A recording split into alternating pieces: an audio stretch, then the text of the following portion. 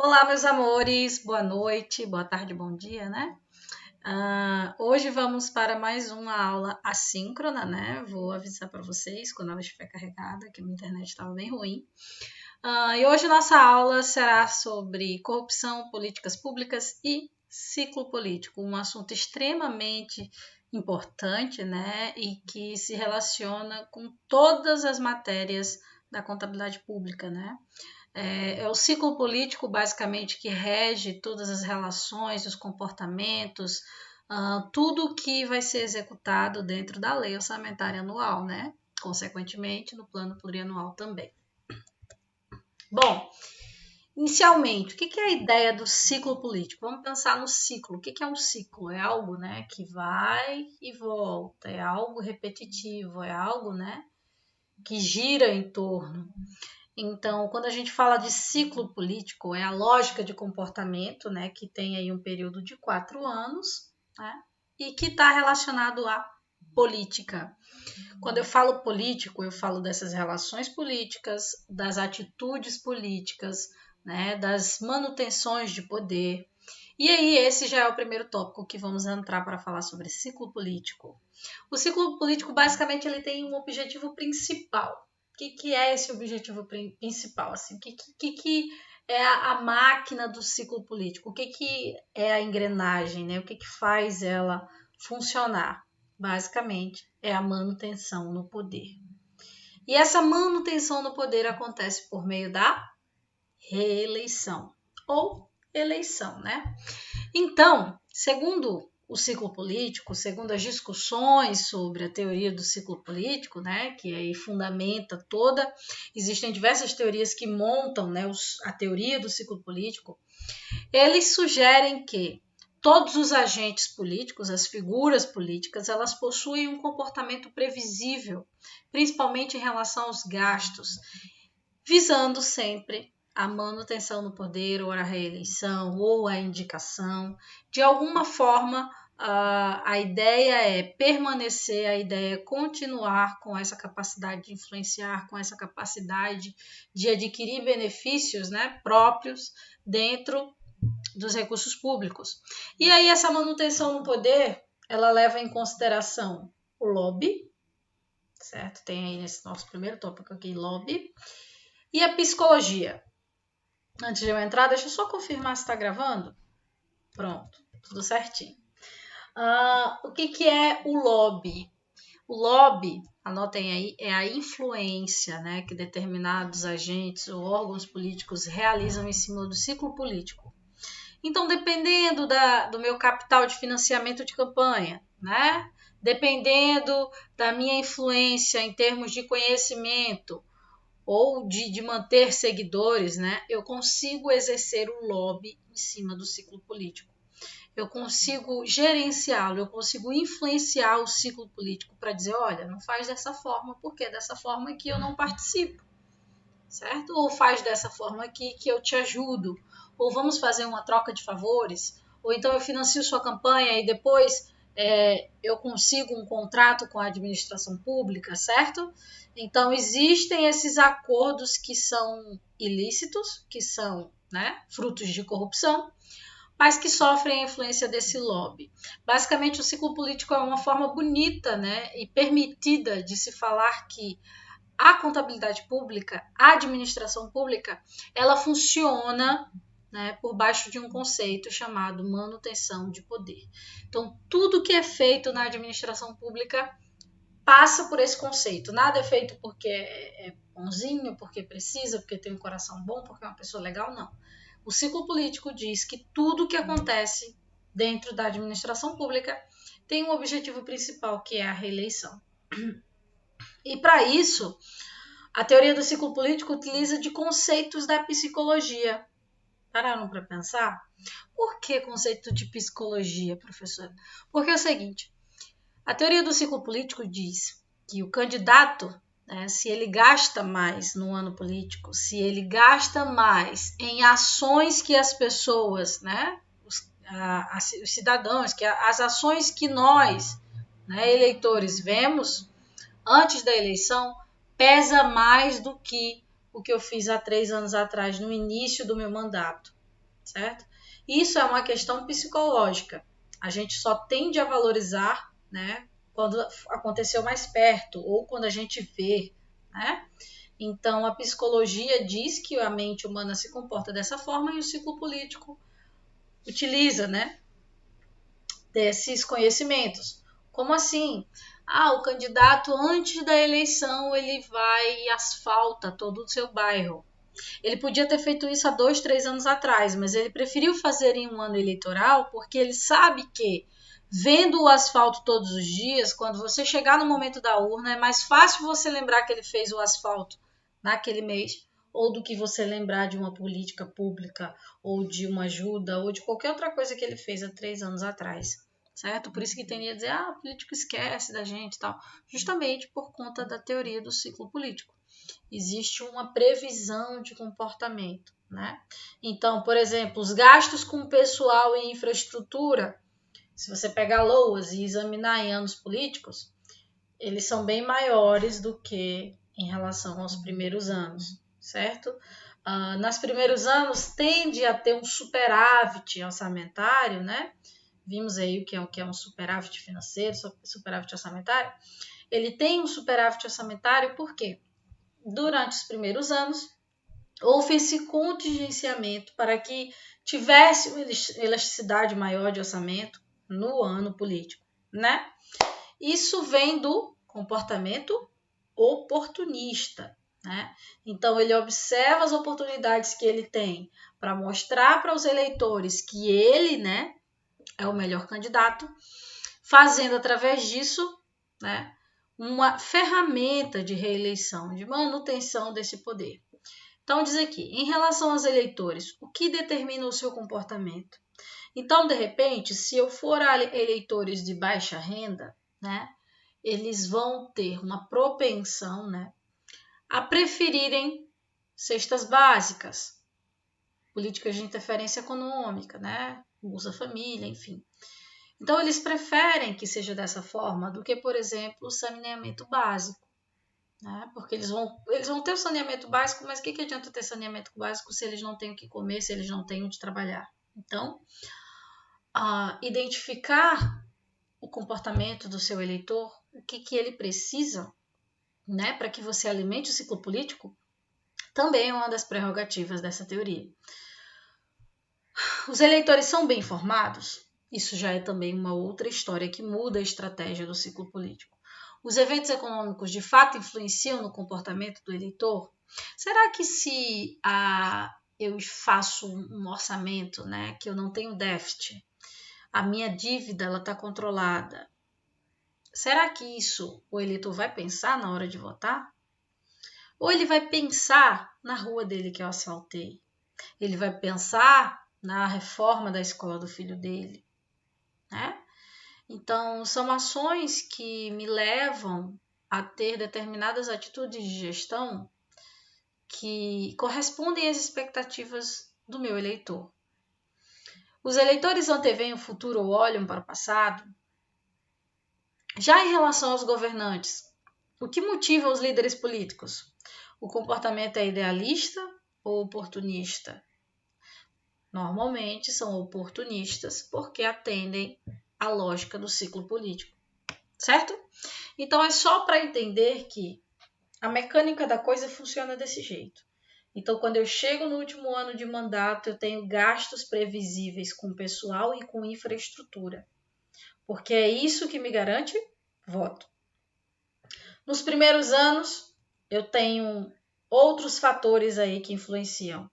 Por exemplo, manter o equilíbrio do meu orçamento é mais importante do que manter esse equilíbrio no último ano. Praticamente impossível, né? Manter uma lógica de superávit. Para fazer superávit, eu preciso conter as despesas. Conter despesas, eu preciso realizar gastos.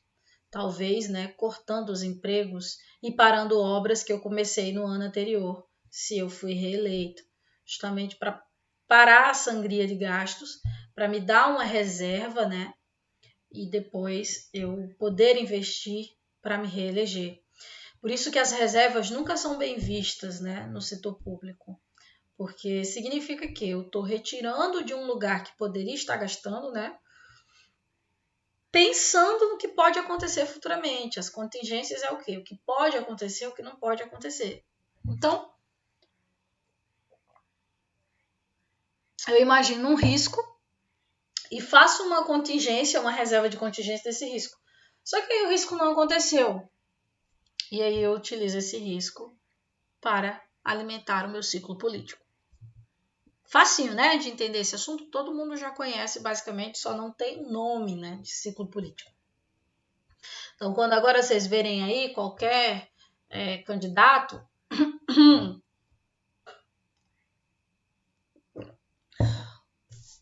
Desculpa que minha garganta ainda tá ruim. Quando vocês virem qualquer candidato fazendo reformas, né, perto do ano eleitoral, vocês falam, ciclo político. Já lembrem logo. Corrupção.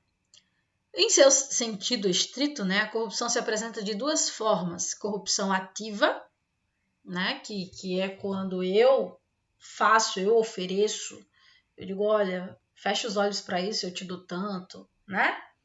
E a corrupção passiva, que é quando eu aceito. Que, respectivamente e sucintamente, significa oferecer ou solicitar vantagem indevida. Mas, no cotidiano, a corrupção é um termo guarda-chuva, que abriga diversas outras condutas. Relaciona as condutas que caracterizam o comportamento corrupto pelo ordenamento nacional e inclui tanto infrações penais quanto civis e administrativas. Então, a corrupção, ela está inerente ali aos ciclos políticos, certo? Só que eu tenho uma lógica de gestão e eu tenho a corrupção, certo? Elas andam caminhos aqui, ó, uma do ladinho da outra. Às vezes, para atender o ciclo político, eu tomo determinadas atitudes que podem não ser lícitas, né? E aí que está o erro. Atender ao ciclo político não necessariamente, né, é um erro. Se fosse assim, ninguém estaria sendo candidato ou teria candidato, certo? Ela se revela na manipulação de políticas públicas.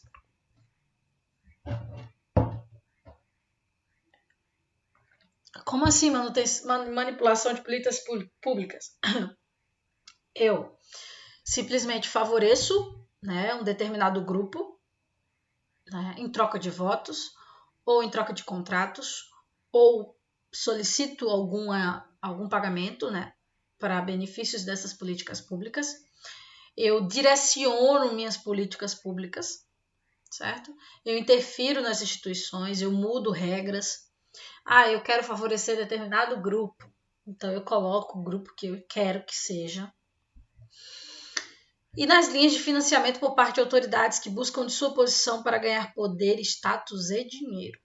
Os valores que seriam disponibilizados para as demandas sociais urgentes e necessárias vão para os bolsos dos agentes que interagiram e negociaram a implementação das políticas públicas.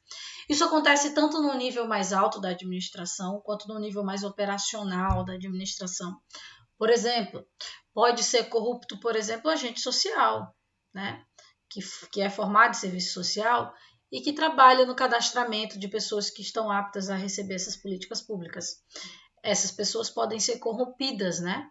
Corrupção, podem ser corrompidas a favorecer outros, né? Em detrimento de seu benefício próprio.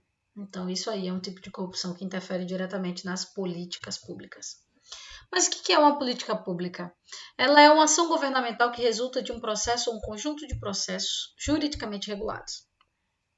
Processo eleitoral, processo de planejamento, processo de governo, processo orçamentário, legislativo, administrativo e o judicial, visando coordenar os meios à disposição do Estado e as atividades privadas para a realização de objetivos socialmente relevantes e politicamente determinados. Então, olha, por aí a gente atira que a política pública ela não pode ser no que eu quiser, né?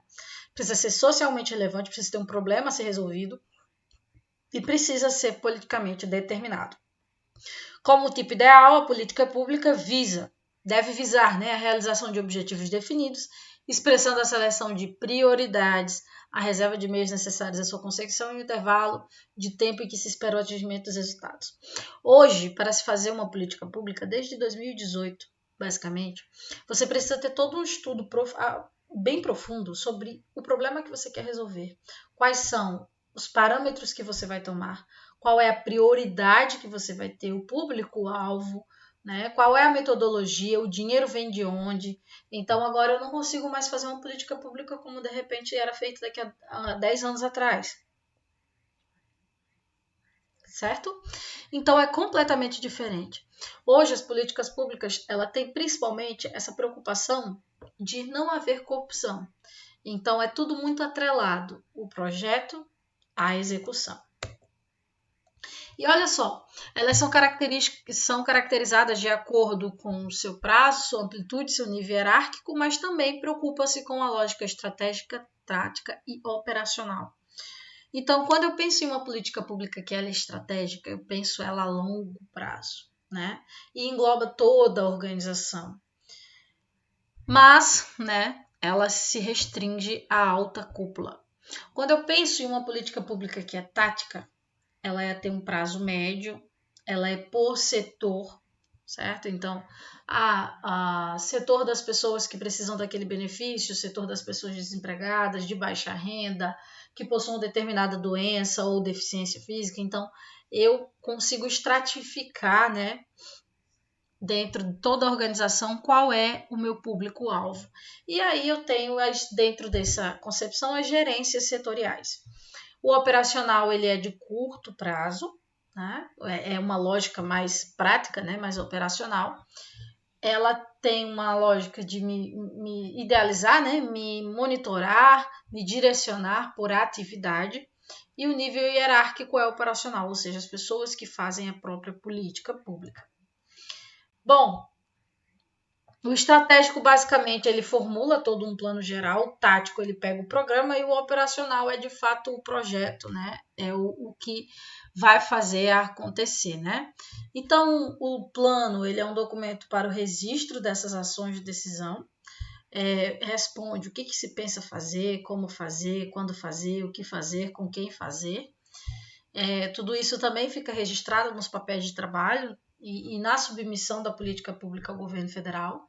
Então, por isso que é tão importante ter essas três figuras que direcionem e amarrem, né, a ideia da política pública à sua execução. O projeto de tomada de decisão começa com a adoção de postulados gerais, que depois são desagregados e especificados. O programa é basicamente um aprofundamento do plano. Olha só, os objetivos setoriais do plano irão constituir os objetivos gerais do programa. E é o documento que detalha por setor a política diretriz, metas e medidas instrumentais. Né? É a setorização desse plano. Projeto é o documento que sistematiza e estabelece o tratado prévio da operação de unidade de ação. É, portanto, a unidade elementar do processo sistemático da racionalização de decisões. Constitui-se da proposição de produção de algum bem ou serviço, com emprego de técnicas determinadas e com o objetivo de obter resultados definidos. O projeto é a ação, em outras palavras. Tem algumas dimensões da política pública que a gente tem que prestar atenção. A política, né, em relação ao polit, que é as denominações de instituições públicas, né, refere-se à ordem do sistema político, basicamente, é delineada pelo seu sistema todo jurídico, a estrutura institucional. Então, é aí que se foca basicamente, né, a influência, o lobby e o ciclo político, né? Então, o ciclo político também ele responde, ele é capaz de administrar esse ambiente institucional. Eu tenho as políticas que ativamente são as competições da política, né? Basicamente, é o jogo político, é um fruto do ciclo político, né? O ciclo político está na política.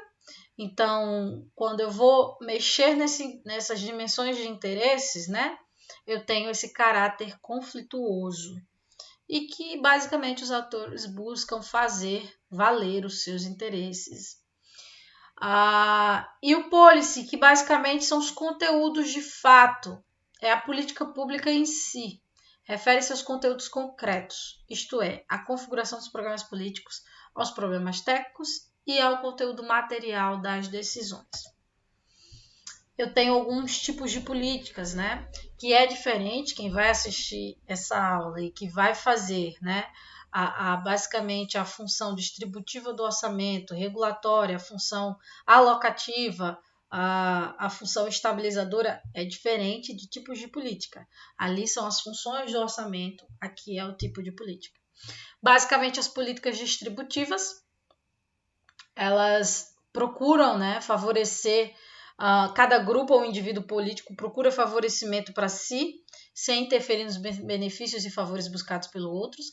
Nas políticas distributivas não tem alguém que vai pagar alguma coisa especificamente. Todo mundo paga tudo. Por exemplo, Bolsa Família. Você paga algum imposto Bolsa Família? Não. O Bolsa Família vem de todo mundo e aí favorece um indivíduo ou grupo político, né? Indivíduo político sobre aquele ponto. Temos as políticas regulatórias, que elas envolvem decisões de caráter mais geral, que não afetam apenas alguns indivíduos, ou a regulação é para todos, né, ou para um fim específico, basicamente, mas tem uma lógica geral, eu não penso em favorecer um indivíduo, como na política distributiva. Podem ter efeitos redistributivos, né, porque assim, o que é a redistribuição? A redistribuição basicamente é quando eu tiro de alguém para colocar em um local. Como assim, professora? O que é uma política regulatória? Quando eu taxo riquezas. Eu vou taxar riquezas. Eu estou tirando de um pessoal, dos mais ricos, para distribuir para um geral. Então, a redistribuição, né, gera transferência de riqueza. E o regulatório muitas vezes tem esse caráter. Por exemplo, políticas sociais, assistência social destinada exclusiva aos cidadãos de baixa renda, aposentadoria para trabalhadores que não contribuíram com o sistema previdenciário, entre outras. Isso aqui é exemplo de regulatória, tá? E as políticas constitutivas, elas definem as regras mais gerais dos sistemas políticos, como a regra da disputa política, da elaboração de políticas públicas. Ela está acima, né, desses outros aí, moldam as arenas nas quais as disputas em torno das demais políticas ocorrem. Mas qual é um ciclo, basicamente, dessa política pública? Primeiro, eu tenho que formar uma agenda, que é levantar esses problemas ou temas considerados mais relevantes.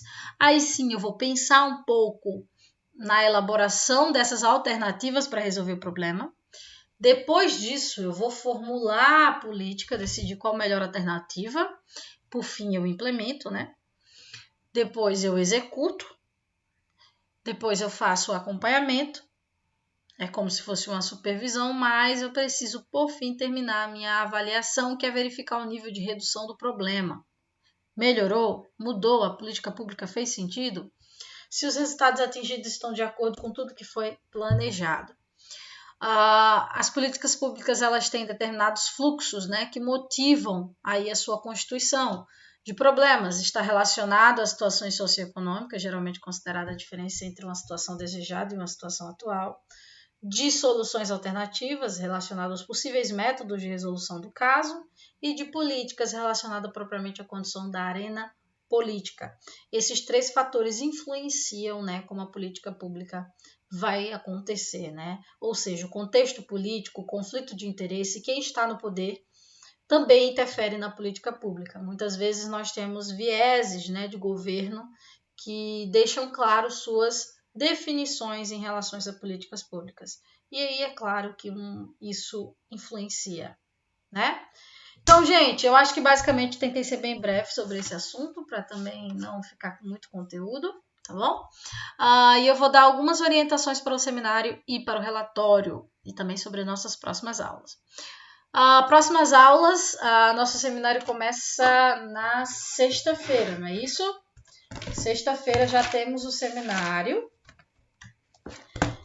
O seminário ele vai ter até 1 hora para cada dupla, né?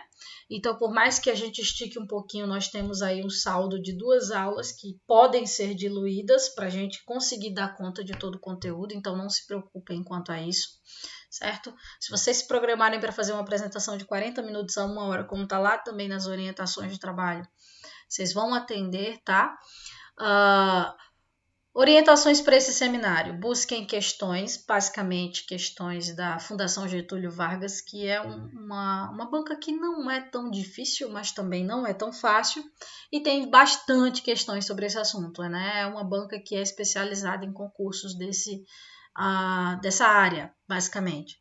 Então, essas questões que vocês vão buscar, né, vão versar sobre esse conteúdo, se vocês quiserem. Tem um banco de questões que não precisa de assinatura para ver, é questões de concurso, concursos. Lá vocês conseguem colocar o filtro, né? Vocês colocam o filtro que vocês querem, a banca da FGV, vocês colocam um assunto, vocês colocam a disciplina, vocês colocam palavras-chave, nível superior, tá? Que a gente aqui não tá falando de nível médio, sempre superior. É bom vocês verem essas questões antes ou concomitantemente com a elaboração do trabalho, porque de repente vai ter uma questão que você vai ter que tocar no assunto para a gente poder responder, né? E aí, claro, enquanto professores, vocês vão distribuir pontuações extras na sala, né? Para quem responder as perguntas de vocês. Por favor, não compartilhem as respostas, obviamente. Tá bom? Basicamente, a divisão deve ser justa. E aí, por fim, vamos ao relatório. Professora, como é que é esse relatório? Recebi já 2 dúvidas sobre esse relatório. O que é um relatório de um seminário? Eu quero o resumo, eu quero o entendimento, eu quero tópicos importantes do seu assunto. Por exemplo, quem ficou com lei orçamentária anual, ou qualquer demonstração, ou setor de custos, o que é importante para eu entender do sistema de custos? Então, são as coisas que vão estar no seu seminário, basicamente. Você vai dar um Ctrl+C, Ctrl+V, só que nem tudo que você vai falar, né, vai dar tempo você falar no seu seminário. Então, você vai e coloca lá como se fosse um material, um relatório, um resumo, uma análise sobre aquele assunto que você vai falar. Professora, eu vou falar então do setor de custos, do sistema de custos. Aquele material que eu orientei para vocês, o que ele fala? Quais são os pontos principais? Não vai dar Ctrl+C, Ctrl+V porque é muito grande, né? Vocês vão pegar os pontos importantes, vocês vão pegar os resumos dos conteúdos para montar o relatório de vocês e, obviamente, também fazer a apresentação. Tá bom? Então, as nossas datas já estão pré-definidas. Se tiver, então por isso que eu peço para vocês adiantarem, se tiver algum imprevisto em relação a outros professores e eles cederem as aulas, eu vejo a possibilidade de a gente adiantar, quem quiser adiantar, quem já tiver com material. Então, por isso que é bom que vocês já vão, já sugiro que vocês já vão lendo sobre isso. Até porque eu aumentei de 8 para 10. Então, a nota geral da segunda NAP vai ser o seminário. Então, por favor, né, façam uma atividade sobre isso bem feita. Questões elaboradas, slides organizados, relatório também organizados, certo? Para todo mundo sair feliz e com 10 em contabilidade pública 1. Espero isso, viu? Não menos dessa turma. E a nossa listinha de presença, tá bom? Vou pedir para vocês colocarem o nome de vocês e do ladinho a idade, certo? Esse vai ser o nosso combinado aí dessa aula de hoje, tá bom? Acho que mais algum informe, mais alguma dúvida? Prova. Prova vai ser dia 14 de fevereiro, sobre o conteúdo. Professora, como assim? Provas individualizadas, você vai ter a sua prova. Não dá para fazer Ctrl+C e Ctrl+V nas minhas provas, já adianto, ela é entendimentos, interpretações, então de qualquer maneira você vai ter que ler o conteúdo do seu seminário, certo? As apresentações, ela tem uma ordem, então eu tive maior trabalheira para tentar juntar os assuntos buscando LRF, buscando MCASP geral e com uma lógica de apresentação. Então, se você não puder apresentar, você vai para a análise final, certo? Não tem como eu substituir, trocar você num dia, a não sei que seja, por exemplo, tem um assunto que é de orçamento e aí vai falar de LRF, que também conversa sobre orçamento, aí dá pra gente fazer essa troca. Tá bom, meus amores? Hoje a aula foi muito bem tranquila sobre ciclos políticos, políticas públicas e corrupção. A corrupção influencia diretamente no ciclo político, como a política pública funciona, certo? E hoje acontece muito isso, e a gente sabe disso, e é algo muito triste de ser visto. Mas é que o mérito político ele ainda é muito mais forte do que a legalidade da coisa pública, tá bom? Mas vamos continuando que um dia dá certo. Muito obrigada, gente. Beijos e até dia 21 que a gente se encontra na próxima aula. Tchau, tchau.